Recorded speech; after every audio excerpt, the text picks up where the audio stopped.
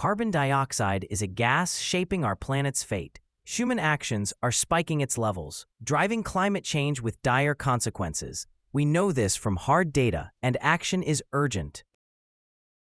Carbon dioxide, CO2, is a colorless, odorless gas, naturally at 0.042%, 420 ppm, in the atmosphere, measured at Mauna Loa since 1958. With 1 carbon and 2 oxygen atoms, it's vital. Plants use it for photosynthesis, but excess CO2 traps heat.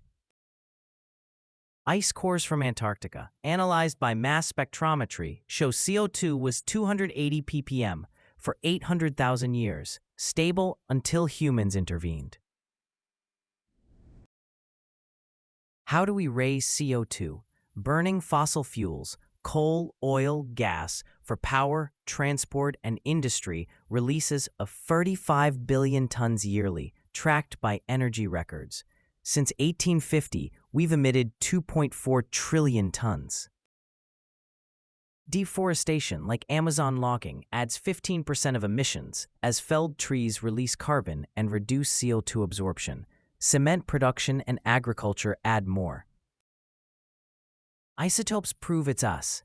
Fossil CO2 has less carbon-13, detected in air samples. The IPCC pins 90% of the rise on humans, not volcanoes.